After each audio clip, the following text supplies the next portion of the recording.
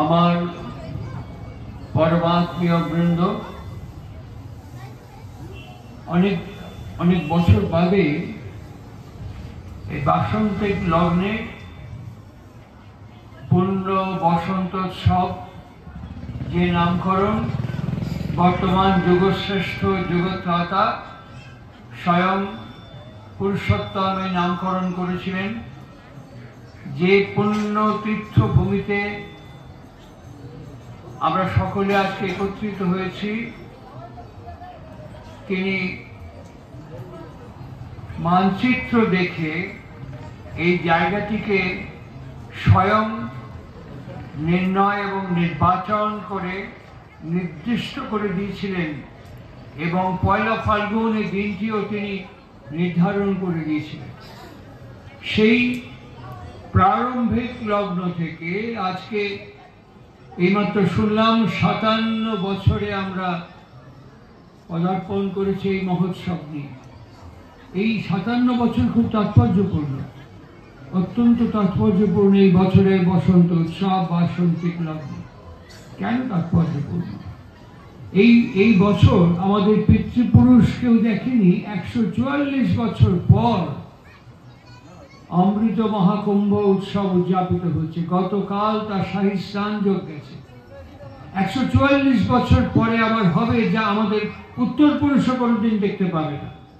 যে সন্ধিক্ষণে বসন্ত উৎসব উদযাপিত হচ্ছে, যুগশ্রেষ্ঠ বর্তমান যুগত্রাতা পুরুষোত্তমের শ্রীপাদ পদ্মে এই মহাপুণ্য লগ্ন এক অমৃতময় মহামিলন তীর্থ। এই মহাপুণ্য লগ্নে পুণ্য তীর্থে পুণ্যক্ষণে আমরা গুরু পুরুষোত্তমের শ্রীপাদ পদ্মে একত্রিত হয়েছি। আমার অত্যন্ত প্রতিভাজন সতীর্থ, যিনি দীর্ঘদিন যাদের সাথে আমার আত্মীয়তা, আজকে তাদের মধ্যে আমার অন্যতম শহীদ, আমার প্রতিভাজন একজন আমাদের কাছে এখন আর শরীরে নেই, আমার পরিমল মণ্ডলদা, যার সাথে আমার দূরভাষে এবং সাক্ষাতে তার আত্মীয় স্বজন সর্বেশ্বরদা, মেঘনাথদা, তার আত্মজ দীপঙ্কর, আমার স্নেহভাজন কল্যাণীয় শ্রীমান দীপঙ্কর, এরা সবাই দায়িত্ব সামলাচ্ছেন। শান্তিদা মাস্টারমশাই, আমাদের শ্রদ্ধেয় মনোরঞ্জন দা, যার হাত ধরে আমি এখানে প্রথম এসেছিলাম খেজুরিতে, আমার সুশান্ত ভাই, এই পরমাত্মীয় বৃন্দের সঙ্গে অজস্র অসংখ্য অযুত আত্মীয় বৃন্দের এই মহাকুম্ভ সম্মেলন আমার কাছে। আমি প্রথম এখানে এসে বলেছিলাম অনেকটা হিমায়তপুরের সাথে সাদৃশ্য আছে। 1996 সালে আমি হিমায়তপুর যাই। এই হিমায়তপুরের সাথে এই পুণ্যভূমির অনেক সাদৃশ্য আমি প্রথম উচ্চারণ করেছিলাম। আমি কখনো অ্যামেন্ডমেন্ট করি না আমার কথা। আমার ঠোঁটের বাইরে কোনো কথা বেরিয়ে গেলে আমি তাকে অ্যামেন্ডমেন্ট করি না। আমার কথা গড়িয়ে যায় না, দাঁড়িয়ে থাকে প্রত্যয়ের সাথে, ঋজুতার সাথে, দৃঢ়তার সাথে, পরমতম বিশ্বাসের সাথে। আজকে এই পুণ্য তীর্থ আমার কাছে নব হিমায়তপুর বলেছিলাম, এখনো সেই শব্দবন্ধ উচ্চারণ করছি। এই হিমায়তপুর আমার কাছে মনে হচ্ছে।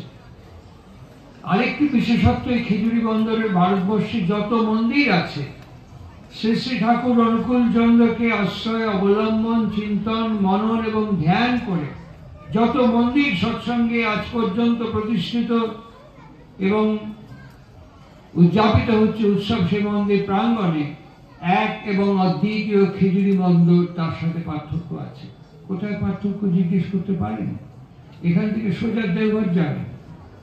সোজা দেওঘরে গিয়ে 1946 সালের 2রা সেপ্টেম্বর যিনি শুভ পদার্পণ করেছেন, তার পূর্ণ আবির্ভাব হিমায়তপুর থেকে লীলাঙ্গন দেওঘরে। সেখানে এখন যেখানে প্রার্থনা করা হয়, সেই দিকটা পশ্চিম মুখে বসে সব প্রার্থনা করে। দেওঘরে তাকিয়ে দেখবেন পশ্চিম মুখে বসে প্রার্থনা করি। আর্য হিন্দু শাস্ত্রে পশ্চিম মুখে প্রার্থনা শাস্ত্রীয় বিধি নয়, কিন্তু পুরুষোত্তম জীবন্ত শাস্ত্রমূর্তি, পুরুষোত্তম জীবন্ত বেদমূর্তি, পুরুষোত্তম বেদল বাতিক বিগ্রহ, খেজুরি বন্দরে দেখবেন আমরা পশ্চিমমুখী পুরুষোত্তমের মন্দিরে প্রার্থনা করছি, প্রণাম করছি। এই দুটো জায়গা ছাড়া আমি যত জায়গায় ঘুরেছি, যত জায়গায় আমি গেছি, কোনো জায়গায় পশ্চিম মুখে এই মন্দির সংস্থাপন দেখিনি, একমাত্র খেজুরি বন্দর ছাড়া। কেন এটা হয়েছে? এটা করেছিলেন যিনি এর প্রতিষ্ঠাতা, ঋষিতুল্য ব্যক্তিত্ব, তিনি এটা করেছিলেন। তিনি দেখেছেন পরম প্রেমময় যুগ পুরুষোত্তম পশ্চিম দিকে বসে আছেন পূর্বমুখ হয়ে, আর ভক্তজন তার সান্নিধ্যে সামীপ্যে পশ্চিম মুখে তাকে প্রণাম করছেন। তিনি ওই মানচিত্রের নির্দিষ্ট জায়গাটি নির্বাচন যখন তিনি করলেন, তিনি পশ্চিম মুখে এই মন্দিরটি স্থাপন করেছেন। আজকে তার কলেবর অনেক বৃদ্ধি হয়েছে, আজকে তার সৌন্দর্য বৃদ্ধি হয়েছে, আজকে তার শক্তি বৃদ্ধি হয়েছে। এই পুণ্যতীর্থ ভূমিতে দাঁড়িয়ে থেকে এই পবিত্র মহেন্দ্র যোগক্ষণে আমরা যার বিষয়ে চর্চা করতে এসেছি, সেই বিষয়ে কথা বলার আগে এই কুম্ভ যখন শুরু হয়, অমৃত কুম্ভ, একটা চিঠি খুব বিখ্যাত হয়ে উঠেছিল। আপনাদের কাছে বলি সে কথা। অ্যাপেল কোম্পানিকে চেনে না পৃথিবীতে এমন কোনো ব্যক্তি নেই। অ্যাপেল কোম্পানি বিশ্ববিখ্যাত একটি কোম্পানি, তার যে মালিক তার নাম জোবস। তার স্ত্রীকে তিনি একটা চিঠি লিখেছেন। চিঠিটা কি জানেন? আজকের নির্ধারিত বিষয় প্রসঙ্গে কথা বলছি। চিঠিটা তিনি লিখেছিলেন, তুমি যদি আধ্যাত্মিকতাকে অনুভব করতে চাও, বুঝতে চাও, শিখতে চাও, ভারতবর্ষে যাও। ভারতবর্ষে যাও, ভারতবর্ষে গিয়ে এই আধ্যাত্মিকতাকে তুমি শিক্ষা করো, পাঠ গ্রহণ করো। উনি মহাকুম্ভতে মহামণ্ডলেশ্বরের আশ্রমে আখড়াতে তিনি ছিলেন। ওই চিঠিটার এখন বাজার মূল্য কত জানেন? ইন্টারন্যাশনাল মার্কেটে 4.5 থেকে 5 কোটি টাকা। জোবসের ওই চিঠিটার আর্থিক মূল্যমান এখন নিলামে উঠেছে, নিলামে ইন্টারন্যাশনাল মার্কেটে, আন্তর্জাতিক মার্কেটে 4.5 থেকে 5 কোটি টাকা। কি আধ্যাত্মিকতা শিখবে? কি আধ্যাত্মিকতা পাঠ গ্রহণ করবে? কোন আধ্যাত্মিকতার পাঠ গ্রহণ করবে? সে আধ্যাত্মিকতা আমাদের কোন মার্গ উন্মোচন করে? আমার আগেই যিনি প্রাক কথন নিবেদন করছিলেন, বিশিষ্ট শিক্ষাপ্রতি শিক্ষা সেবক সুশান্ত জানা, তিনি একটি শব্দবন্ধ উচ্চারণ করেছেন, ধর্মের যখন গ্লানি হয় তখন নাকি তাদের অবতরণ এবং আগমন ঘটে। ঠিক এই একই প্রশ্ন বর্তমান যুগ পুরুষোত্তম যার শ্রী চরণতলে আমরা বসে আছি এখন, আমাদের সামনে সে বিগ্রহ, যা সান্নিধ্যে প্রত্যক্ষে আমরা বসে থেকে উপভোগ করছি, তিনি আমাদের আস্বাদন করছেন। ঠিক একই প্রশ্ন তার আগে পূর্ববর্তী অবতার সমন্বয়াচার্য অবতার বরিষ্ঠায় শ্রী শ্রী রামহংস পরমহংস দেবের কাছে এক ভক্ত প্রশ্ন করলেন। ঠিক একই প্রশ্ন ভক্তজনের বাড়িতে তিনি গেছেন, জিজ্ঞাসা করছেন, একটা কথা কইব? তিনি বলছেন, হ্যাঁ বলবে বই কি, বলো। আচ্ছা, এই যে গীতাতে আছে, শ্রীমদ্ ভগবত গীতায়, ধর্মের যখন গ্লানি হয় তখন নাকি তিনি আসেন। হ্যাঁ, আচ্ছা, যদি গ্লানি হয় তাকে আমি গ্রহণ করবো কেন? কি কঠিন প্রশ্ন। যদি গ্লানি হয়, যেটা গ্লানি মুক্ত থাকবে না আমি জানি, যদি গ্লানি হয় তবে তাকে আমি গ্রহণ করবো কেন? গ্লানি হয়ে যাবে আবার, আমি কেন সেই গ্লানি যেটা হবে তাকে গ্রহণ করতে যাব? খুব রেশনাল কোশ্চেন সেই সময়, যার কোনো একাডেমিক কোয়ালিফিকেশন নেই। কামারপুকুরে যার আবির্ভাব এবং অবতরণ, পরবর্তীকালে জানবাজারের পাটরানি দাক্ষিণে যার পৌরোহিত্য কর্ম, আমাদের ভাষায় নন কোয়ালিফাইড পার্সোনালিটি, তার কাছে কঠিন প্রশ্ন পণ্ডিত সমাজের একজন, বঙ্গভূমির পণ্ডিত সমাজের একজন ছুড়ে দিলেন। একটি বইয়ের নাম করছে, বইটার নাম হচ্ছে অপমানিত শ্রীরামকৃষ্ণ। 330 কি 33 বার তিনি এই কলকাতা শহরে অসম্মানিত হয়েছেন, অপমানিত হয়েছেন। একবার দুবার না, 330 কি 33 বার। বইটা লিখেছেন সাংবাদিক, বিশিষ্ট সাংবাদিক প্রণবেশ চক্রবর্তী। বইটার নামই হচ্ছে অপমানিত শ্রীরামকৃষ্ণ। এই ব্যক্তিত্বের কাছে এই প্রশ্ন এক পণ্ডিত সমাজের ব্যক্তির, কি উত্তরটা শুনুন, উত্তরটা শুনুন। আমি শুনেছি, আমি দেশে বিদেশে বহু বিশ্ববিদ্যালয়ে গেছি, বহু কলেজে গেছি, বহু বিশ্ববিদ্যালয়ে গেছি। আমি অনেক পণ্ডিত সমাজের সাথে মিশেছি, একদম গ্রাসরুট লেভেল, একদম তৃণমূল স্তর থেকে যতদূর কল্পনা করতে পারেন আমাদের প্রাক্তন রাষ্ট্রপতি প্রণব মুখোপাধ্যায় পর্যন্ত আমি এরকম পাশাপাশি বসে দিল্লিতে রাজনীতির কথা বলেছি। যার দাক্ষিণ্যে বলেছি তার নাম শীর্ষেন্দু মুখোপাধ্যায়। যার আনুকূল্যে আমি সঙ্গ লাভ করতে পেরেছি তার নাম শীর্ষেন্দু মুখোপাধ্যায়। তিনি আমাকে নিয়ে গিয়েছিলেন একদম পাশাপাশি প্রণব মুখোপাধ্যায়ের সাথে বসে। আমি ভারতবর্ষের প্রাক্তন প্রধানমন্ত্রী ইন্দিরা গান্ধীর সঙ্গে পূজ্যপাদ কাজুলদা এবং যার কথা সুশান্ত জানা কিছুক্ষণ আগে বললেন, অশ্বিনী কুমার দাস, তার আত্মজ হরিনারায়ণ দাস, আমি এবং পূজ্যপাদ কাজুলদা সফদরজং এভিনিউতে গিয়ে একদম সরাসরি তার বাড়িতে গিয়ে তার সাথে কথা বলেছি। আমি মানুষ দেখেছি, একদম মূর্খ দেখেছি, একদম পণ্ডিত দেখেছি, দেশের এবং বিদেশে। অনেকে মতামত বলেন বিশ্বের সর্বশ্রেষ্ঠ ছোট গল্প লেখকের নাম যদি বলতে বলা হয় সবাই বলেন লিও টলস্টয়, রাশিয়া। আবার মতান্তরে কেউ কেউ বলে না না, বিশ্বকবি রবীন্দ্রনাথ ঠাকুরের মতো ছোট গল্প আজ পর্যন্ত কেউ লিখতে পারেনি। আমার মত, আমি বিশ্বাস করি শ্রী শ্রী রামকৃষ্ণের মতন ছোট গল্প এখনো পর্যন্ত কেউ কল্পনাও করতে পারেনি। বলা লেখা তো অনেক দূরের কথা, কেউ ভাবতেও পারেনি। কেমন সে গল্প শুনুন। যেই এই প্রশ্নটি তার কাছে ছুড়ে দেওয়া হলো, তিনি সঙ্গে সঙ্গে ঘরে থেকে এরকম করে দৃষ্টি বোঝালেন, বলি বলেন, হ্যাঁ গা, তোমাদের এই ছাদ দিয়ে ছাদে দেওয়া যায়? হ্যাঁ যাই বই কি, চল না একবার ছাদে ঘুরে আসি। সেদিকে ছাদের উপরে চলে গেল।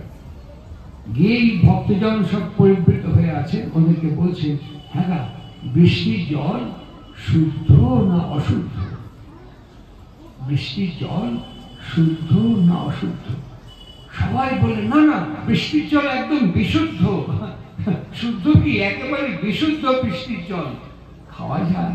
হ্যাঁ, নিশ্চিন্তে খাওয়া যায়।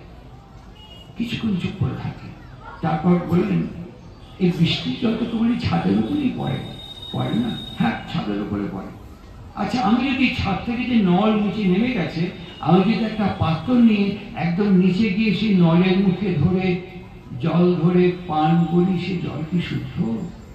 সবাই বললো, না না না, এই ছাদ ঝাড় দেওয়া হয় না, এই ছাদ পরিষ্কার করা হয় না, এই ছাদ নোংরা, অনেক আবর্জনা নোংরাতে ভর্তি হয়ে আছে, এই ছাদে বিশুদ্ধ বৃষ্টির জল পড়লে পরে ওর সাথে মিলেমিশে নোংরা হয়ে যাবে, একদম নোংরা হয়ে যাবে, ও জল খাওয়া যায় না। শ্রীরামকৃষ্ণ হাসলেন, হেসে বললেন, ধর্ম কখনো গ্লানিযুক্ত হয়নি গো, ধর্ম কখনো গ্লানিযুক্ত হয়নি। যার উপরে পড়ে সে গ্লানিযুক্ত হয়। তার মালিন্য পরিষ্কার করবার জন্য মাঝে মাঝে তাদের আসতে হয় না, মাঝে মাঝে তাদের আসতে হয়। এটা কি উনি প্রথম বললেন? না, একদম না। যারা শ্রীমদ্ ভাগবত, হিন্দু সনাতন ধর্মে যারা শ্রীমদ্ ভাগবত চর্চা করেন, হিন্দু সনাতন মতে যারা শ্রীমদ্ ভাগবত পাঠ করেন, এখনো পাঠ হয় বহু গ্রামে, বহু জায়গায়, বহু বাড়িতে, বহু মন্দিরে, মঠে। মহর্ষি ব্যাস এই ভাগবত লিখেছিলেন। শ্লোকটা দেখুন কি অসাধারণ শ্লোক। হৃদন্তস্তু হি অভদ্রাণি বিধূনতি, হৃদন্তস্তু হি অভদ্রাণি বিধূনতি। জিজ্ঞাসা করছেন ভক্তজন, এটা কি করবো? বলি, তুমি যে কাপড় পরে রয়েছে, কাপড় কি তুমি চিরকাল পরে থাকবে? না, ময়লা হবে, নোংরা হবে, কাচবে তো। হ্যাঁ, তুমি যে বাসনে খাচ্ছ, পাত্রে খাচ্ছ, এঁটু হয়ে যাবে, তুমি পাত্র মার্জনা করবে। হ্যাঁ, করবে। তুমি যে ঘরে রাত্রি যাপন করছো, এই রাত ভোর হয়ে গেলে ঘর থেকে ঝাড় দেবে। হ্যাঁ, দেবো। বলি, মন, তুমি যে মাতৃ জঠরে প্রথম এসেছো, সেই মাতৃ জঠর থেকে ভূমিষ্ঠ হয়েছ, দুই পায়ের উপরে এতকাল দাঁড়িয়ে রয়েছ। বলি, এতকাল মনকে কবার ঝাঁটপোছ করেছ? বলি, মনকে কতবার মার্জনা করেছ? গ্লানিযুক্ত হবে না? একটা ঘর ঝাড় না দিলে ধুলো পড়ে, একটা বিছানা বাসি ঝাড় না দিলে ধুলো পড়ে, একটা খাবার পাত্র না মাজলে না ধুলে খেতে পারি না আমরা। আর যে আমি তাই সব কাজ করবো, সে মনকে আমি কতবার আমি মনকে নাড়াচাড়া করেছি, কতবার আমার মনকে আমি ঝাড়পোছ করেছি, কতবার মনকে মার্জনা করেছি। এবার মহর্ষি ব্যাসকে প্রশ্ন করছে, বেশ, মনকে মার্জনা করলাম, মনকে ঝাড়পোছ করলাম, what is my achievement? What is my profit? আমার আমার আমার অ্যাচিভমেন্টটা কি হবে, আমার লাভ কি হবে? কি সুন্দর উত্তর দিচ্ছেন। পশ্যতি বস্তু সূক্ষ্ম, পশ্যতি বস্তু সূক্ষ্ম। আমি না, মহর্ষি ব্যাস শ্রীমদ্ ভাগবত উচ্চারণ করছেন, পশ্যতি বস্তু সূক্ষ্ম বাস্তবমাত্র বস্তু শিবনা। পশ্যতি বস্তু সূক্ষ্ম বাস্তবমাত্র বস্তু শিবনা।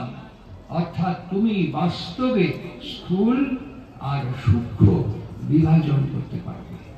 তুমি কোনটা স্থূল এবং কোনটা সূক্ষ্ম এক মুহূর্তে ধরতে পারবে। পার্থক্য কোথায়? আজকে জানসি চরণে বসে আছি, তফাৎ কোথায়? বেমিল অমিল কোথায়? তিনি কি বলছেন? সূক্ষ্ম সার্থক বিভেদ বিচার, সূক্ষ্ম সার্থক বিভেদ বিচার, সফল অনুভব, ক্ষিপ্র স্মৃতি চিন্তা কর্ম ধ্যানেরই বিভব। সূক্ষ্ম সার্থক বিভেদ বিচার, সফল অনুভব, ক্ষিপ্র স্মৃতি চিন্তা কর্ম ধ্যানেরই বিভব। পার্থক্য আছে কিছু? আমি তো পার্থক্য দেখি না। আমাদের যাকে তথাগত বলি, যাকে আমরা বুদ্ধদেব বলি, তথাগত বলি, তিনি সুশান্ত যারা কিছুক্ষণ আগে বললো অষ্টাঙ্গিক মার্গ, কি বললেন? সত্য চিন্তা, সম্যক চিন্তা। কি বললেন? সম্যক ব্যবহার, সম্যক আচরণ। এরপরে তিনি 8খানা মার্গ আমার কাছে উন্মোচন করলেন। প্রথম না, মহর্ষি পতঞ্জলি, মহর্ষি পতঞ্জলির পতঞ্জল দর্শন খুঁজলে পরে দেখবেন পরপর পরপর সমাধি মার্গ তিনি একই কথা বর্ণনা করছেন। পার্থক্য না? শ্রীমদ্ ভগবদ গীতা একই কথা বলছে। স্বয়ং শ্রী পুরুষোত্তম, লীলা পুরুষোত্তম তিনি উদ্গীত করছেন। ওই জন্য শ্রীমদ্ ভাগবত গীতা না, উচ্চারণটা ভুল করি, শ্রীমদ্ ভগবত গীতা। কেন? ভগবান স্বয়ং শ্রীমুখে উদ্গীত করছেন, আর ভাগবত মানে হলো যা ভগবান সম্পর্কীয়, তাকে বলে ভাগবত। এটি ভাগবত সভা, কিন্তু ভগবত সত্যানুসরণ, ভগবত পুণ্যপুথি, ভগবত তিনি নিজে স্বয়ং উচ্চারণ করছেন, তার শ্রীমুখে উচ্চারিত উদ্গীত হচ্ছে, সেটাই শ্রীমদ্ ভগবত উবাচ, শ্রী ভগবান উবাচ। সেই কারণে তিনি কি বলছেন? এসব কামা, এসব কামা, এসব এসব লোভা, এসব ক্রোধা।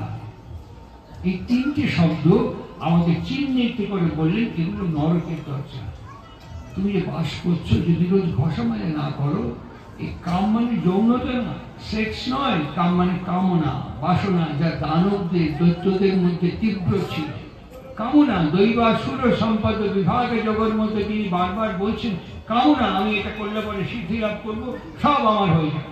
এই যে কামনা, দুর্দমনীয় কামনা, এই কামনা আমার মঙ্গল করবে অমঙ্গল করবে, একে নির্বাচন, নিরূপণ, নির্ণয়, নিরীক্ষণ করতে আমি পারি না বলে আমি সাফার করি। ঠিক এই কথাটা কি বুদ্ধদেব বলেন? আর তো বলেছেন। একদিন আমি শ্রী শ্রী ঠাকুরের কাছে বসে আছি, আমাদের কিছুদিন আগে চলে গেলেন দেবীপ্রসাদ মুখোপাধ্যায়। দেবীপ্রসাদ মুখোপাধ্যায় কিছুদিন আগে চলে গেলেন ঠাকুরের সামনে। আমি চৌকি 1 থেকে 1.5 হাত দূরে বসে আছি। শ্রী শ্রী ঠাকুরকে দেবীপ্রসাদ মুখোপাধ্যায়কে জিজ্ঞেস করছে, আর সঙ্গে যারা ছিলেন যতীন্দ্র মোহন দাস, কালিদাস মজুমদার প্রমুখ বরেণ্য ব্যক্তিবর্গ ছিলেন। Those are all highly intellectual giants. ঠাকুরকে প্রশ্ন করছেন, আচ্ছা আমরা শ্রীকৃষ্ণের গীতা পাই, ভাগবত পাই, বুদ্ধদেবের ত্রিপিটক পাই, জেসাস ক্রাইস্টের আমরা Bible pi, old and new testament, সেটা পরমহংসদেবের আমরা কথামৃত লীলা প্রসঙ্গ পাই, আমরা হযরত মুহাম্মদের আল কোরআন এবং হাদিস এবং মেসকাত শরীফ পাই, কিন্তু শ্রীরামচন্দ্রের এরকম কোনো বই তো আমরা পাই না। খুঁজে দেখ, আমরা এরকম রেফারেন্স কোট করতে পারবো না, আমরা এরকম রেফারেন্স কোট করতে পারবো না। শ্রীরামচন্দ্র কথিত, শ্রীরামচন্দ্রের বর্ণিত, শ্রীরামচন্দ্র নিজে উদ্গীত করছেন এরকম কোনো প্রামাণ্য বই, রামায়ণ বাল্মীকি লেখা, শ্রীরামচন্দ্র বলছেন এরকম কি আছে? সরাসরি শ্রী শ্রী ঠাকুর অনুকূল চন্দ্রের কাছে প্রশ্ন করলেন। আমার চোখের সামনে, আমার চোখের সামনে, এখন আমি অনেকটা পথ হেঁটে এসছি, আমার চোখের সামনে জল জল করছে এই পুরুষোত্তম তীর্থ, এই নববৃন্দাবন, এই নব হিমায়তপুরে। আমার চোখের সামনে বিগ্রহের কাছে দেখছি, আর এই বিগ্রহকে দেখতে দেখতে আমার স্মৃতি মন্থন হচ্ছে, রিকল হচ্ছে, রিক্যাপচুলেশন হচ্ছে। কি বললেন জানেন? তিনি হাত এরকম করে ঝোঁকালেন, এই হাতের উপরে করে দিয়ে ঝোঁকালে, ঝুঁকিয়ে ওই ওই ওই কি জান একখান বই আছে, কি জান সবাই বলছেন কি কি কি জান নাম, ওনার গুরুকে ছিলেন বশিষ্ঠ, ওই ওই ওই ওনারই লেখা একটা কি আছে, সঙ্গে সঙ্গে বলছেন যোগ বশিষ্ঠ সার। ইয়েস, যোগ বশিষ্ঠ সার, শুধু বশিষ্ঠের রচনা। ওই ওনার শীর্ষ হিসেবে বশিষ্ঠ যা যা মানচিত্র তৈরি করেছিলেন, তিনি সেই লেখাপথ ধরে হেঁটে গিয়ে তাকে চিত্রিত করে, জীবন্ত করে, চলন্ত করে, দুরন্ত করে, মরন্ত করে দিয়েছে। ওই যোগ বশিষ্ঠ সাই হচ্ছে শ্রী শ্রী মর্যাদা পুরুষোত্তম রামচন্দ্রের সার কথা। জানতাম না, কোনদিন জানতাম না। ইতিহাস চর্চা করে, বরেণ্য বিশিষ্ট ইতিহাসবিদদের কাছে সম্ভব করে এই চর্চা কোনদিন পাইনি। এই প্রথম পেলাম শ্রী শ্রী ঠাকুর অনুকূল চন্দ্রের কাছে। যেমন রেফারেন্স কোট করছি, আমরা যখন ইতিহাস পড়েছি, বিশেষ করে মিডিল ইতিহাস, মাঝখানের মধ্যযুগ ইতিহাস যারা আমরা পড়েছি, ইতিহাসের মধ্যে আমরা কি পড়েছি? মোগল সাম্রাজ্যের পতনের 8খানা কারণ, ঠিক বলছি তো? এবং তার মধ্যে কাকে কাকে দায়ী করা হয়েছে? কাকে? औरंगजेब। আমরা 8খানা কারণ মোগল সাম্রাজ্যের পতনের কারণ হায়ার সেকেন্ডারি পর্যন্ত যে পড়ে এসেছি, আমার মেমোরি যতটুকু মনে পড়ছে, আমি লেখাপড়া জানি না, যতটুকু মনে পড়ছে তাতে মনে হচ্ছে যে মোগল সাম্রাজ্যের কারণ 8খানা কারণ নির্ণয় করা হয়েছে এবং তার জন্য এককভাবে সম্রাট औरंगजेबকে দায়ী করা হয়েছে। ফার্স্ট টাইম এনার মুখে শ্রী শ্রী ঠাকুর অনুকূল চন্দ্রের কাছে একদিন এই প্রসঙ্গ উঠেছে। প্রসঙ্গটা উঠলো কখন জানেন? কলকাতা বিশ্ববিদ্যালয়ের ইতিহাসের বিভাগীয় প্রধান, কলেজের না, কলকাতা বিশ্ববিদ্যালয়ের ইতিহাসের বিভাগীয় প্রধান ডক্টর মাখনলাল রায়চৌধুরী, তিনি এসেছেন ঠাকুর প্রণাম করতে। তিনি কলকাতা বিশ্ববিদ্যালয়ের ইতিহাসের বিভাগীয় প্রধান, head of the department, doctor Makhanlal Chowdhury Thakur প্রণাম করতে এসেছেন। আসার পরে এই সব প্রসঙ্গ যখন উঠছে, ঠাকুরকে এই কথাটি তিনি বলাতে তিনি বললেন না না, ঠাকুর বললেন না না, আমারটা মনে হয় না, আমার মনে হয় পতনের কারণ আকবর, औरंगजेब নয়, পতনের কারণ আকবর। আপনারা বইটার নাম বলছি, 1200 বছরের দিগ্ভ্রান্ত ইতিহাস, ডক্টর মাখনলাল রায়চৌধুরীর লেখা বই। একবার পড়ে দেখবেন, এখন আর পাবেন না, আউট অফ প্রিন্ট, লাইব্রেরি পুরনো থাকলে খুঁজে বার করে জেরক্স করে নেবেন বা পড়ে দেখবেন। আকবরের উচ্চতা কত ছিল জানেন? 4 ফুট কয়েক ইঞ্চি। গায়ের রং কেমন ছিল জানেন? আলকাতা বলে। আর বিয়ে করেছিলেন কাকে জানেন? যোধাবাই। যোধাবাইয়ের উচ্চতা টুলের উপর দাঁড়িয়ে তাকে চুম্বন করতে হতো, যোধাবাইকে টুলের উপর দাঁড়িয়ে আলিঙ্গন করতে হতো। আর আকবরের হারেমের সংখ্যা ছিল কত জানেন? 5,500-এর বেশি, যা মোগল সাম্রাজ্যের আকারও ছিল না। আকবরের হারেমের সংখ্যা ছিল 5,500-এর বেশি। আর আমি ডিটেলসে যাচ্ছি। আজকে এই বিষয়ের তাৎপর্য গ্লানি কি করে ঢোকে, গ্লানি কোত্থেকে আমাদের যুক্ত করে ফেলে, আজকে এই প্রাসঙ্গিক বিষয়ের মূল কারণটাকে যেমন ঠাকুর অনুকূল চন্দ্র বললেন আকবর, ঠিক সেই রকম বর্তমান যুগ পুরুষোত্তম বললেন বিবাহ বর্ণাশ্রম লঙ্ঘন করা। বিবাহ এবং বর্ণাশ্রমকে অতিক্রম করা হচ্ছে আজকে পতনের মূল কারণ।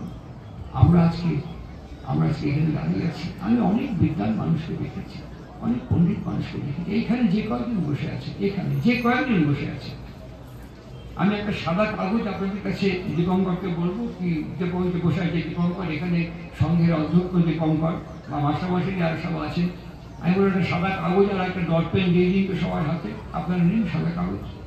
আমি খালি বলবো এখানে বসে একটা নিখুঁত গোল বৃত্ত তৈরি করে দিন। What is the significant?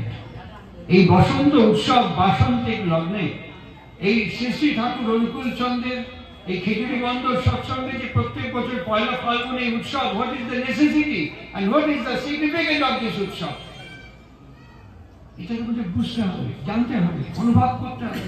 একটা সাদা কাগজ দিয়ে বলে একটা নিখুঁত গোল বৃত্ত তৈরি করতে, আপনারা সবাই ইচ এন্ড এভরি ওয়ার্ডই আমাকে বলবেন হ্যাঁ আমরা বৃত্ত করতে পারবো, কিন্তু নিখুঁত হবে না, এবড়ো হয়ে যাবে। নিখুঁত হবে, এবড়ো হবে, গোল করে দেবো কিন্তু নিখুঁত গোল হবে। এই ক্ষমতাটা আমাদের প্রত্যেকের মধ্যে আছে। খালি একটা সাহায্য প্রয়োজন। কি? একটা কম্পাস। একটা কম্পাস যদি আপনার হয়তো পৌঁছে দিই আমি, ওই কম্পাসটার মধ্যে ডট পেনটা ঢুকিয়ে গোল করার সঙ্গে সঙ্গে একটা নিখুঁত এবং গোল বৃত্ত আমরা যে কজন এখানে বসে শুনছি সবাই করতে পারবো। ভুল বলছি না তো? সবাই করতে পারবো। আমাদের কাছে দরকারি কম্পাস, আমাদের কাছে দরকারি কম্পাসের প্রয়োজন, যেটা সুশান্ত জানা বলল, বি কনসেন্ট্রেট, বি কনসেন্ট্রেট। এই বি কনসেন্ট্রিক হতে গেলে পরে আসে বি কনসেন্ট্রিক কেমন? যখন এরকম করে গোল করবো, একদম আমি যে পৃথিবীতে মাতৃ জঠরে আসিনি, সেই আসার লগ্ন থেকে আমি যে দেহটা ছেড়ে চলে যাব, কোথায় যাব, কেমন থাকবো, কিভাবে থাকবো, এই সমস্ত আনুপূর্বিক বর্ণনা বর্তমান যুগ পুরুষোত্তম করেছে। তাই তিনি প্রাসঙ্গিক, তাই তিনি ফুলফিলার the best, great, latest and ultra. এর পরে আর কেউ এখনো পর্যন্ত উচ্চারণ করতে পারেনি। একটা ছোট্ট কথা বলছে সুতরাং সরস, ছোট্ট লাইন একটা, যা ধারণা করতে গিয়ে মন নিজত্ব হারিয়ে ফেলে। তাকে তিনি বলেছেন অসীম। এখন আমাদের ভাষায় নয়, আমাদের ল্যাঙ্গুয়েজে নয়, আমাদের আমাদের আমাদের আমাদের মতন আঙ্গিকে নয়, কিন্তু in other term, form and language সারা বিশ্ব এখন শ্রী শ্রী ঠাকুর অনুকূল চন্দ্রকে স্বীকার করছে। সারা পৃথিবী এখন শ্রী শ্রী ঠাকুর অনুকূল চন্দ্রকে স্যালুট করছে, হ্যাটস অফ করছে। এই অনুকূল চন্দ্র নামে না, তার দর্শন, তার মত, তার ভাব, তার মার্গ উন্মোচনকে। শুনুন, 2025-এর আজকে 14 ফেব্রুয়ারি, এবং এই দিনটা ভ্যালেন্টাইন ডেও বটে। এই দিনটা প্রেমের দিবস, ভালোবাসার দিবস। We don't know what is love. আমরা গান গাইতে পারি, লাভ লাভ লাভ, 100% লাভ। আমরা সিনেমা করতে পারি, আমরা ডান্স করতে পারি, কিন্তু ভালোবাসতে পারি না। ইনি কি বলছেন? ইনি বলছেন প্রেমকে প্রার্থনা করো, প্রেমকে প্রার্থনা করো। কেন প্রার্থনা করবো? ভালোবাসলাম, চুম খেলাম, হয়ে গেল। বাংলাদেশে গত কয়েকদিন আগে তাসলিমা নাসরিনের বই চুম্বন স্টল ভেঙে শেষ করে দিল, একদম তছনছ করে আগুন লাগিয়ে দিল। চুম্বন করলে প্রেম হয়ে গেল, জড়িয়ে ধরলে প্রেম হয়ে গেল, ভালোবাসলে প্রেম হয়ে গেল। এখনই লোয়ার কোর্ট থেকে হাইকোর্ট পর্যন্ত আমার সো মেনি ফ্রেন্ডস, আমার যারা হাইকোর্টে আছেন, বিভিন্ন কোর্টে আছেন, অসংখ্য অ্যাডভোকেট, আমার বন্ধু, আমার পরিচিত মানুষ আছে। একবার খোঁজ নিন ডাইভোর্সের মামলা কত। আমি একটা জানি, 16 বছর প্রেম করেছে, 16 বছর, 1 বছর 2 বছর না, 16 বছর প্রেম করেছে, 6 মাসে ডিভোর্স। আমি আমার বন্ধুকে জিজ্ঞেস করলাম, কি গো 6 মাসে ডিভোর্স? বলে হ্যাঁ। কারণ? বলে কারণ খুব সামান্য, তুমি শুনলে হাসবে। কি কারণ? নাক ডাকা। নাক ডাকা?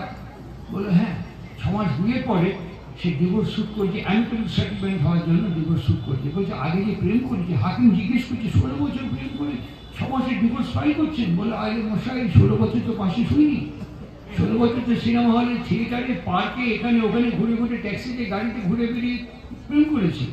পাশে যখন 6 মাস শুনলাম, 5 বছর পরে জেনারেটরের মতন আওয়াজ কানের গোড়ায় হচ্ছে।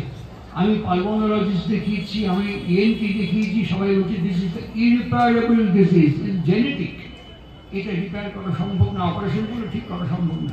বলছে মরে যাবো আমি, আমার ওজন কি ছিল, এখন ওজন কি হয়েছে, ডিভোর্স ছাড়া কোনো পথ নেই। এই একমাত্র কারণে ডিভোর্স হয়ে গেল।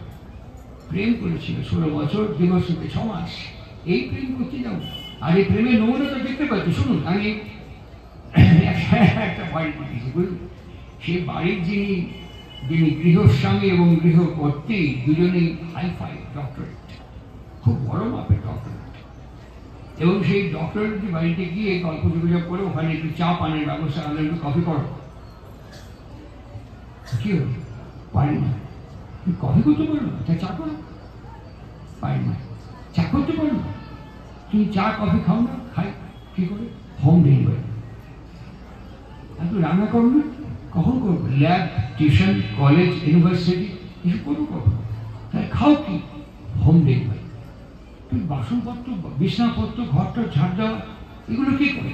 আরবান ক্লাবকে ফোন করি, চেক দিয়ে দিই, ওরা ক্লিয়ার করে চলে দিয়ে যায় এবং রুটিন মেনটেন্যান্স করে যায়। ভাবলাম যখন বাচ্চাটা হবে সেটা আবার হোম ডেলিভারি হবে না তো। এতদিন প্রেম করার পর যদি সব হোম ডেলিভারি আসে, তাহলে গুরু হোম ডেলিভারি আসে, ধর্ম হোম ডেলিভারি আসে, আমাদের জীবন যাপন হোম ডেলিভারি আসে, যে পরিমাণ হোম ডেলিভারি হওয়ার তা সেরকমই হবে, যে পরিমাণ হোম ডেলিভারি হবে তাই হবে। আজকে প্রাসঙ্গিক যখন বনবাস কাটাচ্ছেন, আমরা সবাই জানি ভরত তার অনুজ তিনি গিয়ে কি বললেন, হে অগ্রজ, আপনার পাদুকা দিন, সিংহাসনে বসিয়ে আপনার পাদুকাকে রেখে আমি শাসন করব। আমরা জানি তিনি পাদুকা নিয়ে চলে এসে না না, আমরা ইতিহাসকে ভালো করে খনন করে আমাদের ভুবনে মনন করতে পারি না। 14খানা প্রশ্ন করেছি। কি প্রশ্ন জানেন? ভরত, তুমি অতি প্রত্যুষে শয্যা ত্যাগ করো তো। আজকে যার শ্রীপাদ পদ্মে আমরা বসন্ত উৎসব এই সুন্দর মহেন্দ্র অমৃত যোগে উদযাপন করছি, তিনি কি বলেছেন? উষায় নিশায় মন্ত্র সাধন। ভরত, তুমি অতি প্রত্যুষে শয্যা ত্যাগ করো তো। বলছেন আগে। তারপরে বলছেন গুরুজনদের বড় অগ্রজগণকে অমাত্যবর্গকে তুমি নিয়মিত শ্রদ্ধা সম্মান অভিবাদন করো তো। শ্রদ্ধা তবে যোগ্য যারা, দাবি পূরণ পাবে তারা। উচ্চে অবজ্ঞা দেখবি যেথায়, হীন বংশ জানিস সেথায়। এই বাণীর সাথে এই শ্রীরামচন্দ্রের যে উপমাগুলো দিচ্ছি 14টা ক্লজ, আমি কয়েকটা বললাম, এরকম পরপর বলতে পারি না, পার্থক্য খুঁজে পাওয়া যায়। তথাগতের সঙ্গে অষ্টাঙ্গিক মার্গের সঙ্গে শ্রীমৎ ভগবত গীতা এবং বর্তমান যুগ পুরুষোত্তমের কোন পার্থক্য বেরিয়ে খুঁজে পাওয়া যায়? জ্ঞানীযুক্ত কে হচ্ছে, কে করছে? কে জ্ঞানীযুক্ত করছে? ধর্ম করছে, ঈশ্বর করছে, গুরুদেব করছে, না আমি করছি নিজে? আমি করছি, কে করছে? আমি বাস্তব অবস্থার মধ্যে স্থূল আর সূক্ষ্মকে ডিসটিংগুইশ করতে পারছি না, ডিফারেন্সিয়েট করতে পারছি না, বুঝতে পারছি না। কেমন বলি? অনেকবার বলেছি, অনেক জায়গায় বলেছি, আবার রিপিট করছি, এই নববৃন্দাবনে রিপিট করছি। এরকমই কোন একটি প্রায় তো ঘুরি, কালকে আমি চট্টগ্রামে যাব, কালকে আমি জামশেদপুর যাব, শীতগড়া অমল সংঘ ক্লাবে, সে হলে যাব। এরকম প্রত্যেকদিনই ঘুরছি, প্রায় এখানে ওখানে সেখানে। এরকম একটা জায়গায় উৎসব অনুষ্ঠান হয়ে যাওয়ার পর পাশে একটা বাড়িতে আমাকে নিয়ে গিয়ে বলেছে এখানে বসুন, চা খেতে রওনা হবে। চা খেতে গেছি, তো ভদ্রমহিলা বাড়ি তিনি গৃহিণী, তিনি সে সামনে দাঁড়ালেন, দাঁড়িয়ে বললেন কি খাবেন? আমি যা খুশি, আপনার বর পাশে ঘুরে এখানে যান, চা কফি যা খুশি। চাও খেয়েছেন, কফিও খেয়েছেন, কোনদিন চাফি খেয়েছেন? কি বলে চাফি? চাফি আবার কি? বলে চায়ের চা আর কফির শেষটা দুটোকে একসাথে করে হাফ ওটা দিলে পরে চাফি হবে, বিউটিফুল টেস্ট। আমি জীবনে বাপের জীবনে খাইনি, খাই। এই বলে হাঁ করে তাকিয়ে সব ঘর দুয়ার সব আসবাবপত্র বাড়ি ঘর তো দেখছি, ভদ্রমহিলা গিয়ে বলছি জানেন কি বিউটিফুল কালার আর কি ম্যাচও, মানে যেন মনে হচ্ছে মেড ফর ইচ আদার। এই সোফার কালার, কুশনের কালার, দেয়ালের কালার, ছাদের কালার, কি অসাধারণ ম্যাচও, যেন মেড ফর ইচ আদার। উনি চা করতে গিয়ে আবার ব্যাক করে আমাকে খুব ভালো লেগেছে। ভালো লেগেছে মানে আমি তো এরকম দেখিনি, একটা সুন্দর ম্যাচও। সবাই একা একা করছি কেন? হ্যাঁ, সব একা একা করছি। মানে স্কুল যাই, কাজ করি, ছেলেকে সাঁতারে, আঁকাতে, গানে, নাচে, এখানে ওখানে, রান্না করা, খেতে দেওয়া, কর্তাকে রেডি করে দেওয়া, সব সকাল থেকে একা একা আমি করেছি, বুঝলি? আমি অনেক পরিশ্রম দিতে হবে। নাকটা একটু টেনে নিয়ে চোখের কোলটা আঁচল দিয়ে মুছে নিয়ে বললো এত করলাম, মন পেলাম না। ব্যাগ গিয়ার দিয়ে বুড়া আমাকে পেছন দিকে দেখে বলে এত করলাম, মন পেলাম না। চলে গেল চাবি বানাতে। ভদ্রলোক ঢুকলেন, আমার উল্টো দিকে চেয়ারে বসে বলছেন যে নিন্দে করছিল তুই? আর না নিন্দে করে কেন? অপেক্ষা বলেনি এখানে করলাম, এখানে করলাম, এখানে করলাম, সব একা এগুলো সব বলেছে। আচ্ছা, আপনি টিভিতে দ্রৌপদীর বস্ত্রহরণ দেখে জানেন? হ্যাঁ দেখেছি, বস্ত্রহরণ দেখেছি। আচ্ছা ধরুন যখন দুঃশাসন টেনে যাচ্ছে, যদি শ্রীকৃষ্ণ সাপ্লাইটা বন্ধ করে দিতেন মিডল পয়েন্টে, কি হতো? আমি সর্বনাশ হয়ে যেত, একেবারে সর্বনাশ। আমার বউ যে লাটুর মতো ঘুরছে, লাটুর মতো ঘুরে বেড়াচ্ছে, আমি সকাল থেকে রাত্রি পর্যন্ত এই সাপ্লাই যদি না দিতাম পেছন থেকে, তাহলে বউ লাটুর মতো ঘুরতে পারতো কিনা বলুন? কিন্তু আমি যদি সাপ্লাইটা না দিতাম, উনি একদম পারত না। আর দাদা এত করলাম, মন পেলাম না। তাই এও মন পাইনি, অথচ ম্যারেজ অ্যানিভার্সারি হয়ে যাচ্ছে, ম্যারেজ অ্যানিভার্সারি হচ্ছে, সবাই নতুন খাচ্ছে, সবাই আসছে যাচ্ছে, হ্যাপি কাপল বলে সবাই বসছে। আসছে কে? আসছে কে? এইখান থেকে বর্তমান যুগ পুরুষোত্তম জ্ঞানী কি করে আসে, জ্ঞানী যুক্ত কি করে হয়, তাকে হাইলাইট করছে, আইডেন্টিফাই করছে, তাকে আমাদের কাছে ম্যাগনিফাই করে দেখাচ্ছে জ্ঞানীটা এখান থেকে আসে। কেন? যারা গ্রামে চাষবাস করেন, আমি যদি বলি আরে সর্বশ্রদ্ধা মেঘনাথ, আপনার এখানে কতটা জমি আছে, এখানে আঙুর, চা আর আপেল লাগিয়ে দিই, আমার দিকে তাকিয়ে হাসবে সবাই। এখনই লাগিয়ে দিই, বাজারে যান, আঙুরের বীজ, আপেলের বীজ, চায়ের বীজ নিয়ে এসে এখন চাষ শুরু করে দিই, সবাই হাসবে। এখানে খেজুরিতে এখানে চা, আপেল, আঙুর করবো, কেন হবে না? কেন? টাকা আমার, জমি আমার, হবে না কেন? এখানে একটা দুবার মতন বুর্জ খলিফা তৈরি করবো, এখানে এই যে দোতলা বাড়িটা ঢালাই হয়েছে, এর পাশে পেছন দিকে একটা বুর্জ খলিফা তৈরি করবো, আমার জমি, আমার টাকা, হবে না কেন? যারা ইঞ্জিনিয়ার তারা আমাকে পা থেকে মাথা পর্যন্ত পাগল নাকি বেটা, হবে না? কেউ বলবে না হবে, সবাই বলবে হবে, but it will take time. কি জন্য? সয়েলটা টেস্ট করতে হবে, তার কিছু অ্যাসেসরি মেকানিজম এবং টেকনোলজি আছে, সেগুলোকে অ্যাপ্লাই এবং অ্যাডজাস্ট করলে পরে এখানে বুর্জ খলিফা হবে, চা হবে, আপেল হবে, আঙুর হবে, সব হবে, কিন্তু কিছু প্রস্তুতি প্রয়োজন আছে। কিন্তু এখানে যারা বসে আছে, আমরা লেখাপড়া জানি না, সবাই বলবো হ্যাঁ ঠিক, একদম ঠিক। আর আমি যে পৃথিবীতে আসবো, আমার জন্য কোনো প্রস্তুতি নেই। কি আশ্চর্য বিজ্ঞান বুঝুন, কি আশ্চর্য এডুকেশন সিস্টেম বুঝুন, কি আশ্চর্য অগ্রগতি বুঝুন, কি আশ্চর্য উন্নয়ন বুঝুন, কি আশ্চর্য আমাদের ধর্ম চেতনা বুঝুন। আমি যে বিয়ে করবো, আমি যে সন্তান পৃথিবীতে আনবো, আমারও কোনো প্রস্তুতির দরকার নেই, আমার কোনো মার্জনা দরকার নেই, আমার বউ যে হবে তারও কোনো প্রস্তুতি দরকার নেই, তারও কোনো মার্জনা দরকার নেই, যে আসবে তার জন্য কোনো প্রার্থনা নেই, কোনো প্রস্তুতি নেই। কি হবে?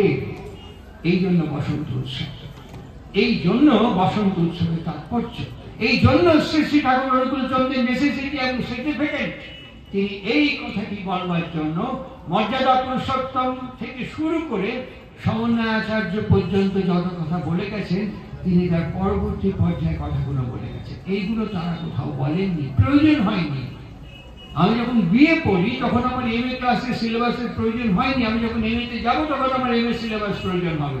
সেই সময়ের জন্য যা প্রয়োজন ছিল সেই প্রয়োজন। এই এতক্ষণ কথা বললাম, একটা ছবি তুলি, যেমন 16 বছর প্রেমের কথা বললাম, 8 মাস হয়নি, 7 মাস কয়েকদিন একটা প্রেমের ছবি বলি, শুনুন, দেখুন কেমন লাগে। আমি অনেক বিশ্ববিদ্যালয়ে যারা হায়ার স্কলার, যারা পোস্ট ডক্টরেট করছেন, এরকম হায়ার স্কলারদের কাছে আমি বলেছিলাম, আপনারা তো মেয়েদের, নারীদের স্বাধীনতা চান। উনি বললেন হ্যাঁ। আমাদের বাংলাদেশে একজন ছিলেন, তার নাম গীতা সেন, বিখ্যাত চলচ্চিত্র শিল্পের নির্মাতা। মৃণাল সেনের নাম সবাই জানে।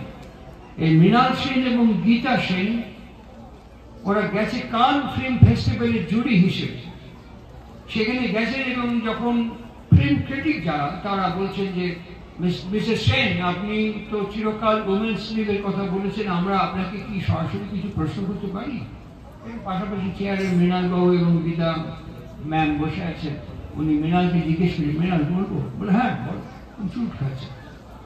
বলে আপনি এবং আপনার স্বামী দুজনেই নারী স্বাধীনতার পক্ষে আন্দোলন করেছেন, ছবি করছেন, করছেন না, এখন একদিন প্রতিদিন শুট করছেন না প্রতিদিন। আচ্ছা, আপনি ওনার ওয়াইফ হিসেবে কতটা স্বাধীনতা ভোগ করেন? খুব রেশনাল, খুব সিগনিফিকেন্ট কোয়েশ্চেন। আপনি ওনার স্ত্রী হিসেবে কতটা স্বাধীনতা ভোগ করেন? কি উত্তর দিল জানেন? আমি বলছি না, আনন্দবাজার পত্রিকা থেকে আমি কোট করছি। মৃণাল সেনের দিকে তাকিয়ে বলবো? বলে হ্যাঁ বলো। উনি বলেন, আমি আর উনি একই স্লটে একই টাইমে বাড়ি থেকে বেরোচ্ছি, একই সময় দুজনে পরিশ্রম করছি, করে বাড়িতে সেদিন ফিরে চপ্পল দুটো খোলেননি, খাটের ওপরে চিত হয়ে শুয়ে বলতেন, গীতা বড্ড মাথাটা টনটন করছে, এক কাপ কফি দাও। আচ্ছা বলুন, আমি যদি পাশে শুয়ে বলতাম, মৃণাল বড্ড কোমরটা টনটন করছে, তুমি এক কাপ চা দাও, তাহলে কি হতো? বললেন না, পারিনি বলতে পারিনি। কেন বলতে পারবো না? আমি কফি করলাম, ঢাক দিলাম, কফি খাওয়ালাম, মাথা টিপে দিলাম, বলতে পারি না আমি এটা করলাম, বলতে পারি। This is woman live. আমরা বলতে পারি অনেক কথা, করতে পারি না। অনেক বড় বড় স্বপ্ন দেখাতে পারি, তা সেই মার্গ উন্মোচন করে দিতে পারি। আমি একটা প্রেমের গল্প শোনাচ্ছি, শুনুন। খুব অল্প সময়ের জন্য। এই আমি পার হলাম আসার সময়, দক্ষিণেশ্বর আসার সময় পার হয়ে আসলাম। গঙ্গাকে প্রণাম করে, মা শারদাকে প্রণাম করে, অবতার গণেশকে প্রণাম করে আমি আসলাম এখানে। 7 মাস কয়েকদিন একই ঘরে, একই ছাদের নিচে, একই বিছানায় দুজন শুয়ে আছে, স্বামী এবং স্ত্রী, একই ঘরে। আর কয়েকদিন বাকি, 8 মাস পূর্ণ হতে।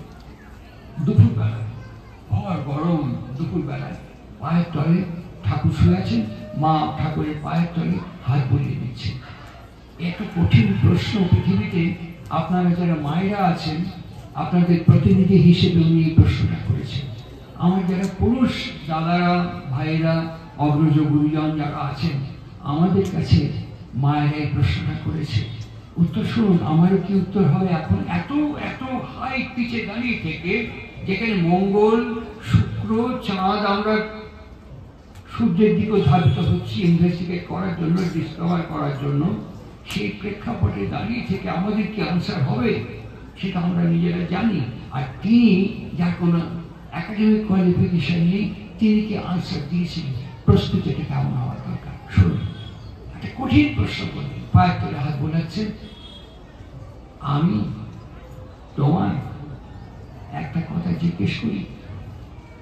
ঠাকুরের হাত কপালে ছিল, না বলেন, পায়ের কাছে মা বসে, তার শ্রদ্ধাঙ্গিনী সহধর্মিনী স্ত্রী তাকে বলে, হ্যাঁ করবে বই কি? এইবার প্রশ্নটা ছড়ে নিচ্ছেন, এইবার সেই প্রশ্নটা করছেন, আমি তোমার কি? এই প্রশ্নটি কি সহজ না কঠিন, কি মনে হয়? একটি বউ, একটি নারী, একটি স্ত্রী, একটি অর্ধাঙ্গিনী, একটি জায়া, একটি সহধর্মিনী তার স্বামীর কাছে, পুরুষের কাছে প্রশ্নটা ছুড়ে দিয়ে বলছেন, আমি তোমার কি? তিনি এই প্রশ্নটা আমার বউ আমাকে করতো। আগে তাকাতাম, পা থেকে মাথা পর্যন্ত দেখতাম, একটা ধমক দিয়ে বোকার মতো কথা বলে, 50 করতে পারে, নাতি নাতি বুড়ো হয়ে দাঁত পড়ে গেল, তুমি আমার বউকে জানো না, চাকর একটা। এই আমার আনসার হতো। আর তিনি কি আনসার দিয়েছেন? তিনি হা করে তাকিয়ে থাকলেন ওই রূপের দিকে, হা করে তাকিয়ে থাকলেন, যাকে ব্রহ্মস্বরূপিণী বলেন, যাকে আত্মার শক্তি বলেন, তার দিকে হা করে সেই বাসন্তিকা মুহূর্তে তাকিয়ে থাকলেন। তাকিয়ে থেকে দুটো হাত এরকম করে জোর করলেন, করে বললেন, বলো দেখিনি কি কাণ্ড? সকালে আমার এই হাতে মালা পরে, আরতি করি, ভক্তি, দুপুরে সেই ভবতারিণী সাক্ষাৎ জগদম্বা জগদ্ধাত্রী হয়ে সে আমার পদসেবা করছে গো। তুমি যে আমার এই গো, তুমি যে আমার তাই, পার উপরে মাথা লুটিয়ে যাবে না আঙুল তুলে শাসন করবে, এই প্রস্তুতি আমি কখনো নিয়েছি? এই গ্লানিকে মুক্ত করার জন্য এই প্রস্তুতি আমি কখনো নিয়েছি? ইয়েস, ব্যাসদেব নিয়েছেন। ব্যাসদেব নিয়েছেন 836 শ্রীমদ্ ভাগবতের শ্লোক, মতান্তরে 936। এই শ্লোক মুখস্থ করে সুখদেবকে তিনি শুনিয়েছেন, যে সুখদেব ওই শ্লোক শুনে উলঙ্গ অবস্থায় ফিরে চলে গেছে। আমরা জানি না আমাদের জন্ম তারিখটা, আমরা জানি আমি কবে চলে যাবো সে তারিখটা আমি জানি না, কেউ জানি না। এখানে যারা বসে আছে কেউ জানি না আমি চলে যাবো কবে সে তারিখটা। একজন জানতেন পৃথিবীতে, তার নাম পরীক্ষিত। আমরা কবে পৃথিবী থেকে চলে যাব আমরা কেউ জানি না, একজন জানতেন, তার নাম পরীক্ষিত। এই পরীক্ষিত যখন জানেন কেউ তাকে বাঁচাতে পারবে না, কেউ তাকে রক্ষা করতে পারবে না, মৃত্যু এবং প্রস্থান নিশ্চিত, তখন তিনি আচার্য সুখদেব গোসাইয়ের সাহায্য শরণাপন্ন করলেন। কি করলেন? মনকে মার্জনা করলেন। 7 দিন শ্রীমদ্ ভাগবতের শ্লোক শুনিয়ে শুনিয়ে কি করলেন? মনকে মার্জনা করলেন। ইনি যুগ পুরুষোত্তম কি বলছেন? আপওয়ার্ড মুভ করা। এটাকে তিনি বলছেন আপওয়ার্ড মুভ করা। বাণী গ্রন্থের নাম হচ্ছে চলার সাথী। তার মধ্যে তিনি বলছেন দুটো শক্তি আমাদের মধ্যে কাজ করে, একটা হচ্ছে নিম্নগামিনী শক্তি, আর একটা হচ্ছে ঊর্ধ্বগামিনী শক্তি। এই ঊর্ধ্বগামিনী শক্তিকে তিনি 7 দিন ধরে ইন্সপায়ার করেছেন, নার্চার দিয়েছেন, নার্সমেন্ট দিয়েছেন। কেমন? আমরা নবদ্বীপের দিকে তাকাবো। নবদ্বীপে অল্প সময়ের জন্য একটা পরিক্রমা করে আসা, দেরি হচ্ছে না? নবদ্বীপে আমরা একটু সামান্য সময়ের জন্য পরিক্রমা করি, নিমাই পণ্ডিত। তখন মহাপ্রভু শ্রীকৃষ্ণ চৈতন্য নয়, জাস্ট নিমাই পণ্ডিত, নাম জাদা বিখ্যাত টোলের পণ্ডিত নিমাই পণ্ডিত। তখন শান্তিপুর থেকে অদ্বৈত আচার্য মাঝে মাঝে নবদ্বীপে আসেন। একমাত্র শ্রীবাসের আঙিনায় কৃষ্ণ ভজনা হয়, একমাত্র শ্রীবাসের আঙিনায় কৃষ্ণ ভজনা হয়। আর যারা সনাতনপন্থী অন্যান্য সৌর শাক্ত গানপত্র ইত্যাদি তারা নিন্দে করে। শুধু তাই নয়, বাংলার শাসক ছিলেন ফতেহ শাহ আলম। ফতেহ শাহ আলমের ঘনিষ্ঠ নিকট আত্মীয় হোসেন শাহর বিশ্বস্ত কর্মচারী চাঁদ কাজী কানে গিয়ে পুষ্পন্তর দেয়, এবং চাঁদ কাজীর প্ররোচনায় যারা কৃষ্ণ ভজনা করে শ্রীবাসের আঙিনায় তাদের উপরে অত্যাচার এবং নির্মম টর্চার হয়। সেই সময় নিমাই পণ্ডিত দুবার ওইখান দিয়ে যাচ্ছে আসছে, একবারের জন্য ফিরে তাকাননি। বইটার নাম বলছি চলার সাথী, শ্রী শ্রী ঠাকুর অনুকূল চন্দ্রের শ্রীমুখে উদ্গীত করছে। বাণীটা কি জানেন? বাণীটা হচ্ছে আধ্যাত্মিকতা আছে কিন্তু কর্মানুপ্রেরণা নেই, আবার কর্মানুপ্রেরণা আছে কিন্তু আধ্যাত্মিকতা নেই। কেন জোবস বলেছিলেন ভারতবর্ষে যাও আধ্যাত্মিকতা শিখতে? আমাদের সময় হয়ে যাচ্ছে, প্রার্থনার সময় এগিয়ে আসবে, আমি দ্রুত উপসংহার পর্বে ফিরছি। কেন জোবস বলেছিলেন যে যাও যাও ভারতবর্ষে আধ্যাত্মিকতা শিখো? বর্তমান যুগ পুরুষোত্তম বলছেন যে ঘটনা বা কর্ম মানুষকে কারণমুখী করে দেয়, যে ঘটনা বা কর্ম মানুষকে কারণমুখী করে দেয়, তার নাম হচ্ছে আধ্যাত্মিকতা। তা আমরা এখানে সেই আধ্যাত্মিকতায় পূজা করতে এসেছি। পূজা মানে সম্বর্ধনা, সম্যক প্রকারের অর্থনা। আমরা এখানে সেই আধ্যাত্মিকতাকে মনন চিন্তন আমাদের ভুবনে খনন করতে এসেছি। সেই ঘটনা বা কর্ম কেন আজকে গ্লানিযুক্ত হচ্ছে, কেন কি কারণে গ্লানিযুক্ত হচ্ছে? কেন? কেউ তো কারো শত্রু নয়, কেউ তো পেট থেকে পুরো চোর হয়ে জন্মায় না, কেউ তো ডাকাত হয়ে জন্মায় না। কেন এগুলো হচ্ছে? কি কারণে এগুলো হচ্ছে? এর কারণকে অন্বেষণ করার জন্য গাছের আগায় জল ঢাললে হবে না, গাছের গোড়াতে জল দিতে হবে। শুধু জল দিলেই হবে না, একটু মাঝে মাঝে খনন করে প্রকৃত সেচ কর্ম করতে হবে। যে কাজটা ফ্রম 1935 সাল থেকে শ্রী শ্রী ঠাকুর অনুকূল চন্দ্র প্রথম প্রবর্তন করলেন। কি প্রবর্তন করলেন? তিনি বলছেন, আমি মনে করতাম আমি যেমন মানুষের ভালো চাই, মঙ্গল চাই, কল্যাণ চাই, সবাই বোধহয় উপায় চায়, কিন্তু দেখলাম না, প্রত্যেক 10 জনের মধ্যে 2 থেকে 3 জন বিশ্বাসঘাতক। আমি ভাবতাম এই একই মাটির মধ্যে মিষ্টি ফল, টক ফল, ঝাল ফল, তেতো ফল তৈরি হচ্ছে, সারা হয় কি করে? তারপরে দেখলাম না, মাটি ঠিক আছে কিন্তু বীজ সব স্বতন্ত্র। এইখান থেকে আমি বর্ণাশ্রম এবং বিবাহ সংস্কারের কথা ভাবলাম। এইখান থেকে আমার মনে হলো ইদং সস্তায়নম, কি করে মানুষকে সুঅস্থি অয়নের কথা বলা যায়, দেখানো যায়, করানো যায়। মনুসংহিতায় এই শব্দটি উচ্চারিত হয়েছে ইদং সস্তায়নম।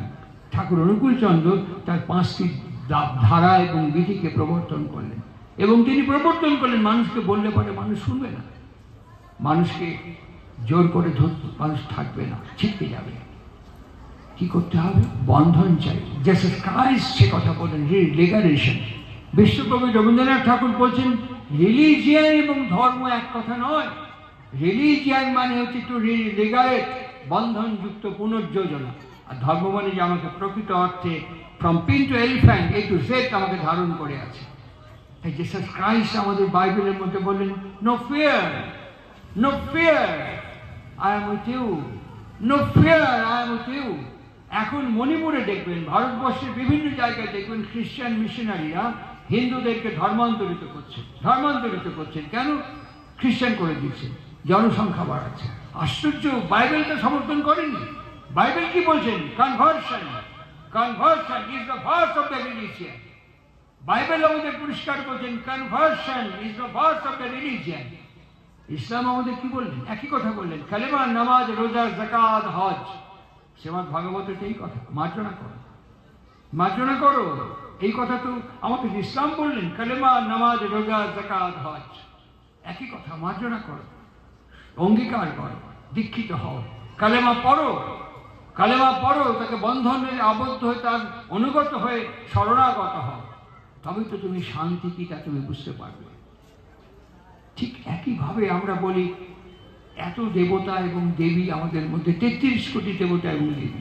ভুল, একদম ভুল। বেদ আমাদের সবচেয়ে বড় শাস্ত্র।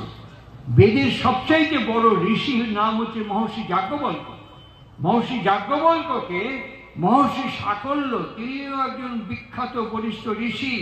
সাকল্য জিজ্ঞাসা করছেন মহর্ষি যাজ্ঞবল্ক্যকে, কতেব দেবা যাজ্ঞবল্ক্যতি, হে মহর্ষি যাজ্ঞবল্ক্য, আপনি বলুন বেদে কতজন ঈশ্বর এবং দেবতা আছেন?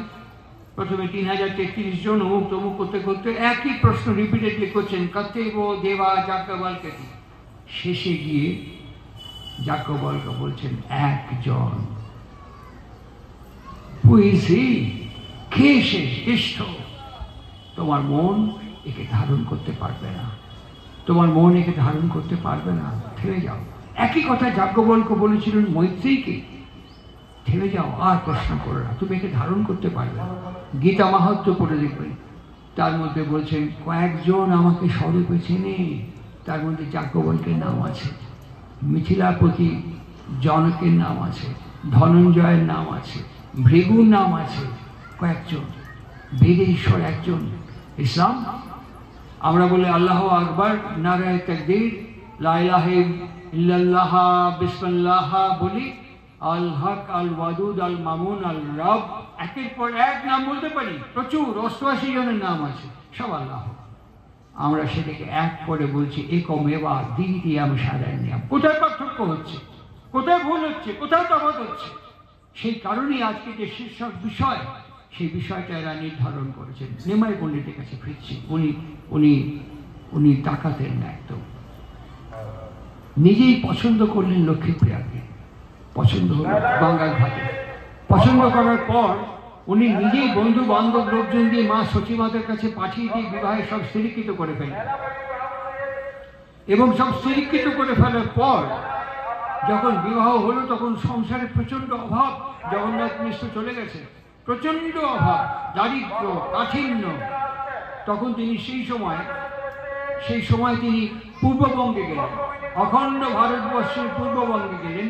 তার যেখানে আদি নিবাস কোথায়? ওড়িশার যাজপুর থেকে তিনি আসলেন শ্রীহট্ট, মানে এখনকার বাংলাদেশের সিলেট। এই সিলেটে শ্রীহট্ট তিনি গেলেন। ওখানে তর্ক এবং পাণ্ডিত্যের মধ্যে দিয়ে প্রচুর ভোজ্যদ্রব্য পট্টাম্বর নিয়ে বাড়িতে নবদ্বীপে ফিরছেন। খুব মন দিয়ে শুনবেন, যখন নবদ্বীপে ফিরছেন ততক্ষণে লক্ষ্মীপ্রিয়া নেই, সব প্রোগ্রাম শুনে চলে গেছে। আর মা এরকম বাঁশের খুঁটি ধরে মাটির বারান্দার উপর দাঁড়িয়েছেন আর চিৎকার করে বলছেন, মা দেখো কত ভোজ্যদ্রব্য নিয়েছি, কত পট্টাম্বর। একের পরে এনাকে দেখাচ্ছে। মা কিছুতেই বলতে পারছেন, ওরে বাবা তোর লক্ষ্মীপ্রিয়া নেই, বলতে পারছে না। তিনি বাঁশের খুঁটি ধরে আস্তে আস্তে ভেঙে পড়ছেন। তিনি একটা লাল শাড়ি বার করে হাতের উপরে তুলে ধরতে, মা এটা লক্ষ্মীপ্রিয়ার জন্য নিয়ে এসেছি। যে এই শাড়িটা তুলে ধরেছে, তখন মা হাউ হাউ করে কাঁদতে কাঁদতে বলছেন, নেমাই লক্ষ্মীপ্রিয়া নেই। কি শব্দ উদ্গীত করলেন, কি শব্দ, বিখ্যাত শব্দ। হাতের থেকে শাড়িটা উঠোনে মাটিতে মেঝেতে পড়ে গেল। কি বললো জানেন? মা সংসার অনিত্য, প্রেম নিত্য হয়। 3 বার বললেন, মা সংসার অনিত্য, প্রেম নিত্য হয়। সংসার অনিত্য, প্রেম নিত্য হয়। হোয়াট ইজ প্রেম? বর্তমান যুগ পুরুষোত্তম তাকে ইলাস্ট্রেট করে দিয়ে বলছেন, সতে সংযুক্তের সহিত তদ্গতি সম্পন্ন। সতে সংযুক্ত থাকার নাম হচ্ছে ভক্তি, আর ভক্তির গাঢ়ত্বই হচ্ছে প্রেম। আমার অস্তিত্বকে যদি আমি ভালোবাসি, আমার কাছে কালেমা থাকবে, আমার কাছে নামাজ থাকবে, আমার কাছে রোজা থাকবে, আমার কাছে হজ থাকবে। এই যে হজ করছি, এখন হজ করছি, পবিত্র পূর্ণ বৃন্দাবনে হজ করছি। এখন এখানে অমৃত কুম্ভের শাহী স্নান যোগে হজ করছি, কুম্ভ স্নান করছি পুরুষোত্তম লীলাভূমিতে বসে থেকে। আজকে লীলাভূমি কেন বলছি? এই যে মন্দির পশ্চিম দিকে, আর দেওঘরে গিয়ে দেখবেন একই পশ্চিম দিকে গিয়ে সবাই সমুদ্র হিমাচল বিশ্বের মানুষ পশ্চিম দিকে পার্লারে এখনো ঠাকুরকে প্রণাম করছে, এখনো দুবেলা প্রার্থনা হয়। আজকে সেই পুণ্য নব হিমাচলে দাঁড়িয়ে থেকে আমার নির্যাসে ফিরছি। দেন হোয়াট ক্যান আই ডু? এতক্ষণ যে আপনি কথা বললেন, এখন আমরা কি করব? আমরা এগুলো করতে পারিনি। কেন?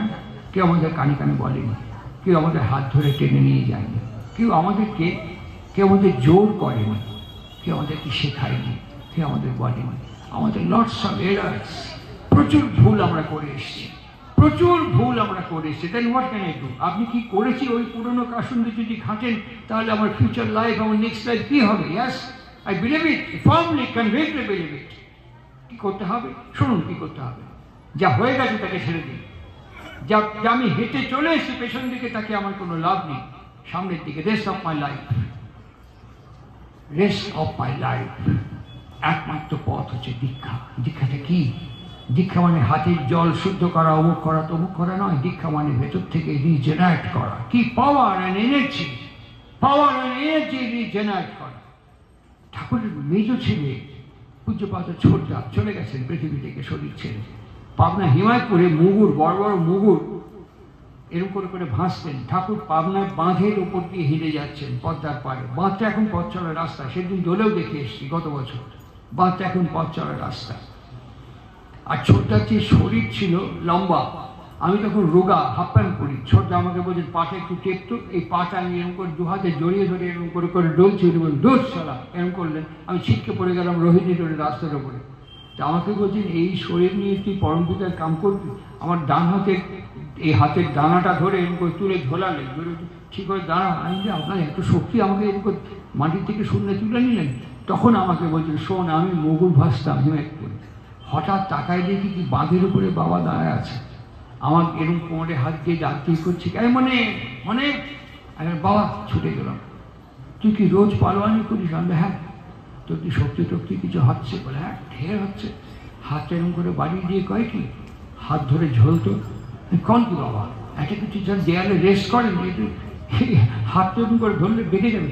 যা করছি তাই কর না, হাত ধরে ঝোল না, হাত ধরে ঝোল না। এরকম হাত ধরে ঝুলতে গেলো। আমি আর কিছু উপায় না পেয়ে বাবা হাতটা ধরে, আমি কত লম্বা বাবা, পা তো মাটির থেকে যাবে, পাটা এরকম গুটাই নিয়ে এরকম করে করে ঝোল। এই বলতে বলতে ছোটটা থেমে গেলেন। এই থেমে গেলেন ছোটটা। থেমে গিয়ে বলছেন বিশ্বাস কর, আমি বাবার হাতটা এরকম করে ধরলাম রডের মতন, ধরে পাটা গুটিয়ে নিয়ে একবার ওদিকে একবার এদিকে দোল খেলাম। মনে হলো কোনো লোহার রড ধরে আমি ঝুলছি, বাবার হাত বলে মনে হলো। আমি ছেড়ে দিলাম হাত, ছেড়ে দিয়ে হাঁটু মুড়ে আমার বাবার কাছে হাঁটু মুড়ে বললাম, আপনি কিডা? আমার থুতনিতে চুপ করে চুমো খায়, কয় কি তোর বাপ? বলে হেঁটে চলে গেল। তাহলে বোঝকে এই শক্তিটা তার মধ্যে ছিল, সে এখন পৃথিবীতে নেই। তার একটা বই আছে মহাজীবন, অখণ্ড মহাজীবন, 3টে খণ্ডে লেখা ছিল, এখন অখণ্ড বেরিয়েছে। পরেশ ঘোড়াদা একটা ইন্ডিয়ান খ্রিস্টান, তিনি ঠাকুরের দীক্ষায় দীক্ষিত এবং ঋত্বিক ছিলেন। এই পরেশ ঘোড়াদা কি একটা কাজ, একটা মোটা কাছির মতো দড়ি, ওটাকে কাটবেন, একটা প্রয়োজন, এইটুকু দরকার, ওটা কাটবেন। কিছু অস্ত্র খুঁজে পাচ্ছে না, না কাটারি, না দা, না বটি, কিছু খুঁজে পাচ্ছেন। ঠাকুর হাঁটছেন, ঠাকুর পা একটু একটু করে হাঁটতেন, খুব ছোট ছোট স্টেপে হাঁটতেন। আমার মনে আছে আমি তখন বাচ্চা, হাফ প্যান্ট পরা, আমি ঠাকুরের সঙ্গে ওই বয়সে দৌড়েছি, রীতিমতো দৌড়েছি। ঠাকুর ছোট ছোট স্টেপ দিয়ে হাঁটছেন, আমি রীতিমতো দৌড়েছি ছোট বাচ্চা অবস্থায়। যখন দৌড় দিয়েছি, ঠাকুর থমকে দাঁড়িয়ে গেলেন, এখানে দাঁড়া, তুই কি করতেছিস? বলে এটা কাটবো, কিছু খুঁজে পাচ্ছে না, দেখি কোথায় যায়, দেখি দেখি দেখি কতটুকু লাগবে? বলে এতটুকু লাগবে। বিশ্বাস করতে অবাক হয়ে যাবে, বিশ্বাস করতেও পারেন, নাও করতে পারেন। দড়িটা এরকম করে ধরলেন, এরকম করে একবার দেখলেন, এক টান দিলেন, দড়িটা আলাদা হয়ে গেল। ওর জন্য ঠিক এরকম কুরুক্ষেত্র মহারণে অবাক হয়ে গিয়েছেন। এই দেহের মধ্যে সব, মুখের মধ্যে দিয়ে ঢুকে যাচ্ছে, এই দেহের মধ্যে সব সব মারা গেছে, এই দেহের মধ্যে সব। তাই তিনি বলছেন নিমিত্ত মাত্র ভব সব্যসাচী। আজকে আমি নিমিত্ত মাত্র। আমার নাক দিয়ে, আমার ক্লিনিক্যাল মানে ক্রনিক ডিজিজ ছিল, নাক দিয়ে দাঁত পড়তো, তখন একদম ছোট্ট। ঠাকুরের সামনে চৌকির কাছে বসে আছি, ঠিক 8:30, 8:15 বাজে। আমি নাকটা এরকম করে ধরেছি, শ্বাস বন্ধ হয়ে আসতো, একদম দম বন্ধ হয়ে আসতো, আমি কথা বলতে পারতাম না। এত ভক্তজন কথা বলছে, আমি আস্তে আস্তে আস্তে আস্তে উঠে সরে যাবো বাইরে, নাক দিয়ে রক্ত পড়বে, সরে যাচ্ছি। ঠাকুর ফাট করে এদিকে ঘুরে এরকম ইশারা করলেন। আমি তখন নাকটা এরকম করে ধরে খুব কষ্ট করে বললাম, আমার না বুকে খুব ব্যথা। ঝুঁকে গেলেন আমার দিকে, ঝুঁকে গিয়ে বললেন, তোমার বুকে আর ব্যথা করবে না? আমার মুহূর্তের মধ্যে বুকে ব্যথাটা কমে গেল। আমি যখন সঙ্গে সঙ্গে বললাম আমার নাক দিয়ে হরহর করে রক্ত বাড়াবে। আবার একইভাবে বললেন তোমার নাক দিয়ে আর রক্ত বাড়াবে না। আমার নাক দিয়ে রক্ত বাড়া বন্ধ হয়ে গেল। Doctor S K. নাগ চৌধুরী আমাকে দেখতেন, উনি বলেছিলেন একমাত্র বিদেশে চিকিৎসা হতেও হতে পারে, আমার বাবার সে ক্ষমতা ছিল না। আমার নাক দিয়ে রক্ত বাড়া কমে গেল। বিশ্বাস এবং অবিশ্বাস কি জিনিস, এত তত্ত্ব কথা রাতের পর রাত মানুষ বলতে পারে, আমিও শুনতে পারি। লাভ কি হবে আমার? What is my profit and what is my achievement? আমার অবিশ্বাসটা কোথায় জানেন? আমি বুঝতে পারছি নাকে শিরশির করা ভাবটা কমে গেল, আমি বুঝতে পারছি বুকের চাপ ভাবটা কমে গেল, তবুও ডান হাতের তর্জনী নাকের ভেতর ঢুকিয়ে এরকম করে দেখছি রক্ত বেরিয়েছি কিনা। তখন আমার দিকে এরকম তাকে হাত ধুয়ে হাত ধুয়ে হাত ধুয়ে আমি হাতটা ধুয়ে আসলাম, মুখ কুলকুচি করে আসলাম, এ করে আসলাম। ঠাকুর বিশ্বাস কাকে করেছে জানেন? বিশ্ব বয় হস্যি টালিবর শয় বয় যুক্ত অস অদন্তেশ্বয় হসন্ত অস। বিশ্ব মানে ওয়ার্ল্ড হয়, বিশ্ব মানে ইউনিভার্স হয়। উইলিয়াম মনিয়ারের ডিকশনারির মধ্যে আরেকটা মানে আছে, বিশ্ব মানে অনুপ্রবেশ, পেনিট্রেট করা, বিশ্ব মানে অনুপ্রবেশ। তাহলে আমার এই সত্তার মধ্যে অস মানে অস্তিত্ব, আমার এই অস্তিত্বের মধ্যে আমি কি অনুপ্রবেশ করাবো? বুদ্ধ, ঈশা, হযরত রামকৃষ্ণ, মহাপ্রভু, এদেরকে অনুপ্রবেশ করাবো। অনুকূল চন্দ্রকে অনুপ্রবেশ করিয়ে তার ভিতর থেকে পূর্ণাঙ্গ প্রাপ্ত হতে গেলে যে দক্ষতা শক্তি প্রয়োজন তাই করবো, নাকি জোর করে ছাড়ুন তো ছেড়ে দিন। I am not hawker, I am not salesman Thakur Anukul Chandra Satsang. আমি ফেরিওয়ালা নই যে এখানে ঠাকুরকে বিক্রি করতে এসেছি, দীক্ষাকে বিক্রি করতে এসেছি। দীক্ষাতে অনলি সলিউশন। সেই নিমাই পণ্ডিত বাস্তব অবস্থায় যখন দেখলেন লক্ষ্মী প্রিয়া নেই, তখন থেকে হা কৃষ্ণ শুরু করলেন। ঠাকুরকে বলছেন ঊর্ধ্বগামিনী আসক্তি। আমি এতক্ষণ যত কথা বললাম, আমি কিভাবে এসেছি বুঝতে পেরেছেন? আমার বাবা যখন ঠাকুরের কাছে গেছেন, he knows nothing about marriage reformation. আমার মা যখন ঠাকুরের কাছে গেছেন, she knows nothing about eugenic reformation. আমি জন্মে গেছি। How can you expect from Pralay Majumdar? কি আশা করবেন? এই আমার মতন একটি অশুদ্ধ, আমার মতন একটি অপদার্থ অযোগ্য মানুষ আপনারা আমার কথা শুনছেন। এই জন্য শ্রীরামকৃষ্ণ দিয়ে শুরু করেছিলাম, ওখানে ফিরে এসে আমার কথার উপসংহারে থামলো। তিনি বলেছিলেন লোহার রং কেমন গো? আগে কালো, একবার কামারের আগুনের মধ্যে ফেলে দেখো দেখিনি, কয়েক ঘন্টা রেখে সাঁড়াশি দিয়ে টেনে বার করলে রং কেমন হবে গা? লাল টকটকে। তার উপরে যদি হাতুড়ির ঘাম আরো কি হবে? যা ইচ্ছে তাই করতে পারবে না গো? হ্যাঁ, তা হয়, দেখানোও যায়, সরুও করা যায়, মোটাও করা যায়, চওড়াও করা যায়। আমি তো তাই বলি, ঠাকুর তাই বলছে। দীক্ষা গ্রহণ করতে হয়। দীক্ষা গ্রহণ করলে কি হয়? নাম কো আসছে, রেজিস্টার্ড ডিসাইপল না। আমার কাঁধে একটা চাদর দিচ্ছেন সাদা, এখানে সাদা একটা চাদর আছে। আমি বলে যাচ্ছি আজকে 14ই ফেব্রুয়ারি, আজকে 14ই ফেব্রুয়ারি। প্রত্যেকটি অনুষ্ঠানে উৎসবে আমি উচ্চারণ করি, আবার করছি।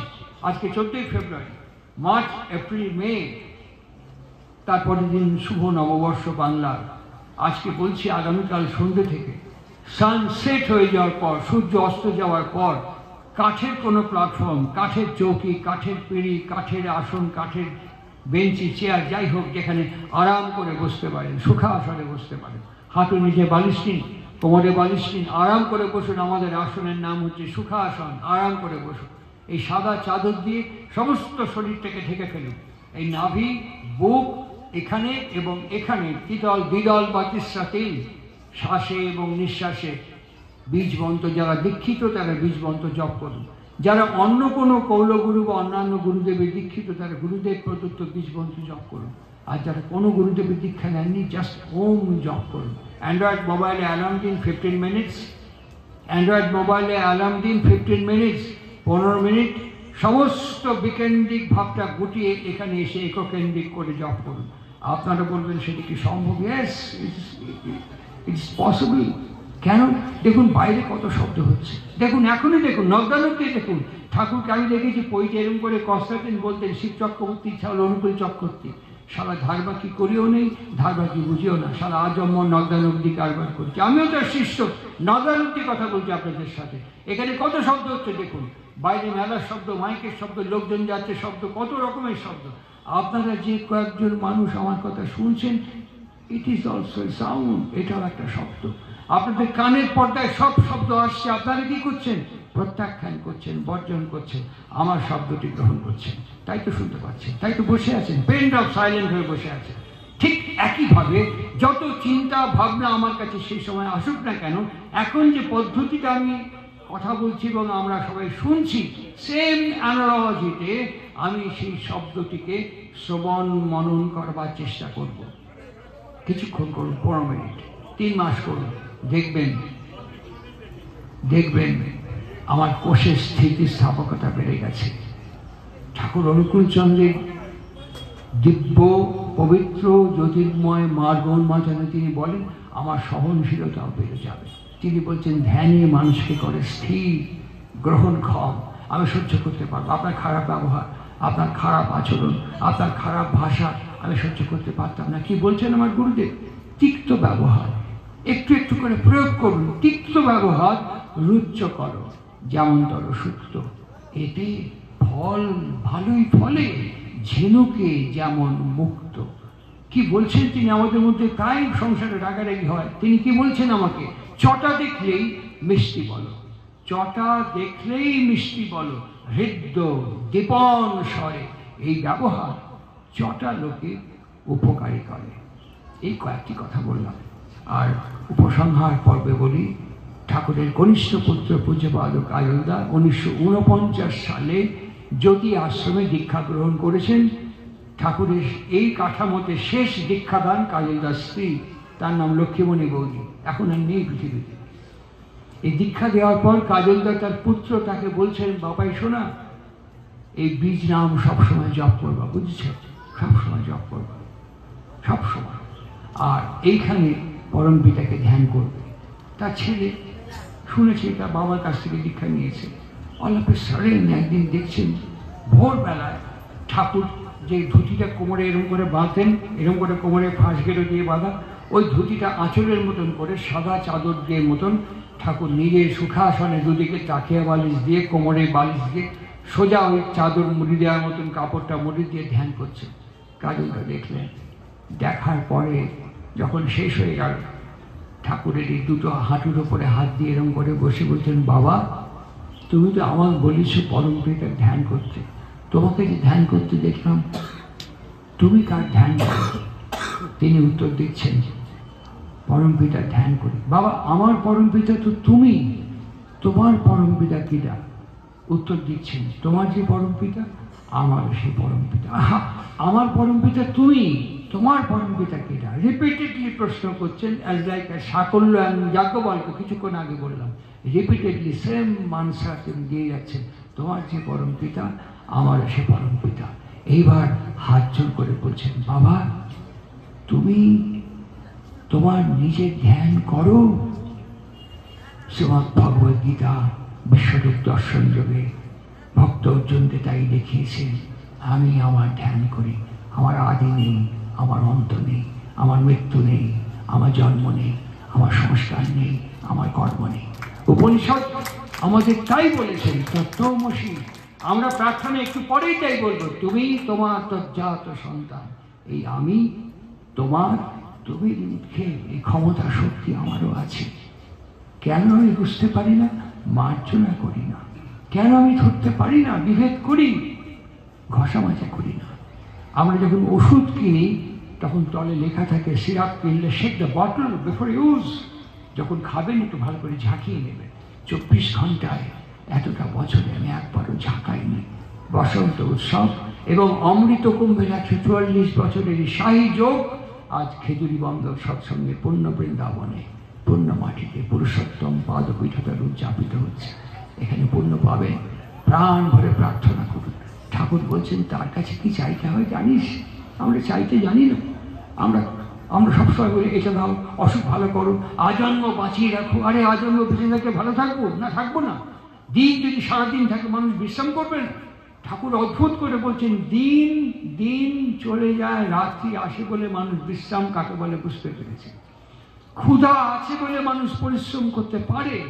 আর মৃত্যু বলে যদি কিছু নাই থাকতো মানুষের জীবনের বাঁচার আগ্রহ থাকতো না, থাকার টিকে থাকার আগ্রহ থাকতো না।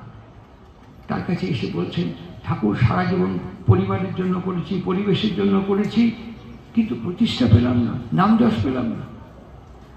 কি উত্তর দিল জানেন? আমার সামনে কি উত্তর দিল জানেন? সারা বেহুতে কাক খয় তোক দিলে বোঝা যায়। সারা প্রতিষ্ঠা চাস কি? নিষ্ঠা চা তার কাছে, নিষ্ঠা চা। নিষ্ঠার সাথে সবকিছু করলে বিড়ালের মতন প্রতিষ্ঠা পায় পায় ঘুরতে থাকে। আজকে আপনাদের কাছে আমি করজোরে আমার ৭৯ বছর পার হয়ে সামনের জুন মাসে ৮০ বছরে পা দেব। আমার এখনকার ব্লাড সুগার দেবু জানে, আমার পোস্টপ্যান্ডাল পিপি ৬২২, যে কোনো মানুষ হাসপাতালে শুয়ে থাকবে। আমার ব্লাড প্রেশার শুনলে অবাক হয়ে যাবেন, ২০০ ছুঁই ছুঁই, ২০০ ছুঁই ছুঁই, ১০০ ছুঁই ছুঁই, শুনলে অবাক হয়ে যাবে। আমি এতটা পথ এসছি, এতটা পথ ফিরবো। আগামীকাল জামশেদপুর টাটানগর রওনা হবো। ফার্মলি কনভিক্টলি বিলিভ করি, নাম মানুষকে জীবন দেয়, নাম রোগকে নাশ করে। রোগ আসবে না তা নয়, রোগ আসবে কিন্তু স্ট্যান্ড করতে পারবে না। কেন? Due to vibration, due to vibration. রোগ আসবে, রোগ আমাকে কখনো আক্রমণ করে পরাস্ত করতে পারবে না। তাই বলি আমি মরে যাব না, যাবো, প্রাকৃতিক নিয়ম, স্বাভাবিক নিয়ম। কিন্তু but why cease my conscious memory, আমার স্মৃতিবাহী চেতনা, সচেতন চেতনা কেন নষ্ট হয়ে যাবে? তাই আমি আপনাদের কাছে হাত জোর করে বলি, পরমপিতা এখানে আছেন বাস্তবভাবে, প্রাণ ভরে তার কাছে প্রার্থনা করে চান, হে দয়াল, হে পরমপিতা। ঠাকুর আমাদের এই বারবার রোগ শোক দারিদ্র মুক্তি, তারপরে চাকরি দাও, টাকা দাও, অমুক করো তমুক করো, এর উত্তরে বলেছেন, কেশব কেশব ডাকছ কত, কেশব কেশব ডাকছ কত, চাইছ সব হিসেব মতো। বলি, কেশব কি তোর বাপের চাকর? করবে সব তোর সময় মতো। এই চাওয়াতে ঠকতে হয়। আমি যদি বাবা হই, আমার ছেলে যদি এখান থেকে বাবাই মেলা থেকে যেতে, কেন বাবাটা খাবো, বাবাটা খাবো, আমি ২০, ২৫ বার, ৩০ বার, ৫০ বার সহ্য করবো। তারপর ৮০ এক চর মারবো।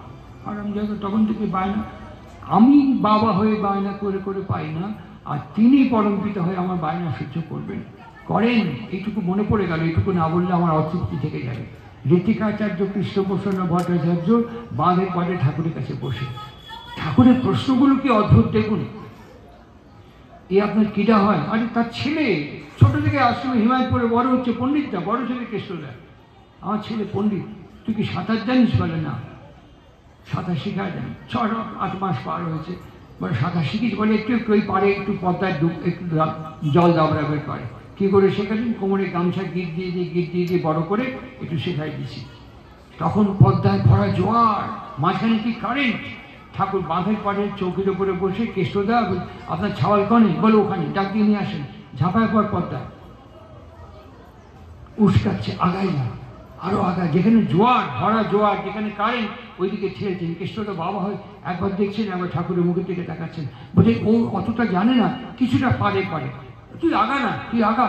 এই করতে করতে বেশ কিছু থেকে ভুরভুরি খাচ্ছে। তখন কৃষ্ণদা ঠাকুরের সামনে বসে দেখতে পারেনি, ঝট করে ঝাঁপ দিয়েছে পদ্মায়, গিয়ে হাতের ডানাটা ধরে সাঁতার দিয়ে পাড়ে নিয়ে তুলেছে। বাপ বেটা দুজনেই ভেজা ঠাকুর সামনে।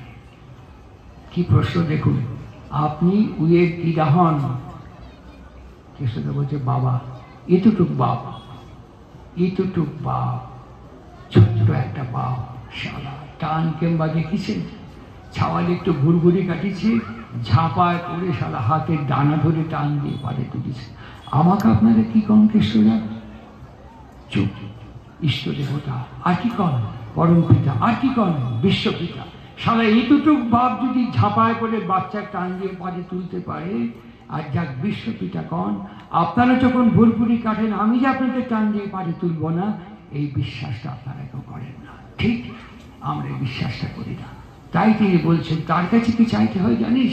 হে দয়াল, হে পরম পিতা, তোমাতে আমার নিষ্ঠা, কৃতি সম্বেক, আনুগত্য দৃঢ় করে দাও। হে দয়াল, তোমাতে আমার ইচ্ছে হোক, তোমাতে আমার ভাব হোক, তোমাতে আমার বিশ্বাস দৃঢ় স্থির নিশ্চয় করে দাও। আপনাদের জন্য আমার গুরুদেবের কাছে প্রার্থনা নিবেদন করি, উচ্চারণ করছি। ওম স্বস্তি ন ইন্দ্র বৃদ্ধ সভঃ स्वस्ति न पूषा विश्ववेदाः ॐ स्वस्ति नस्तार्क्ष्यो अरिष्टनेमि ॐ स्वस्ति बृहस्पति दधातु ॐ कस्यासक्तो मदानं मङ्हिष्यं मत्सन्धस्यः जिराचिदरुजे वसु ॐ अभिशोना सखे नामभृता जरित्रिणं शतं भवासु तिभिः ॐ द्वौ शान्तिरन्तरिक्षं शान्तिः आपायः शान्तिः औषधाय शान्तिः सर्वरोगाय शान्तिः सर्वग्रहाय शान्तिः ब्रह्म शान्तिः क्षमा शान्तिरेधि गतिर्भर्ता प्रभु प्रेष्ठा ईश्वर पुरुषोत्तमः आब्रह्मस्तम्भभृद्धाता सद्गुरुस्त्वं नमस्तुते ॐ शान्तिः ॐ शान्तिः ॐ शान्तिः সবাই ভালো থাকবেন জয় গুরু বন্দে পুরুষোত্তম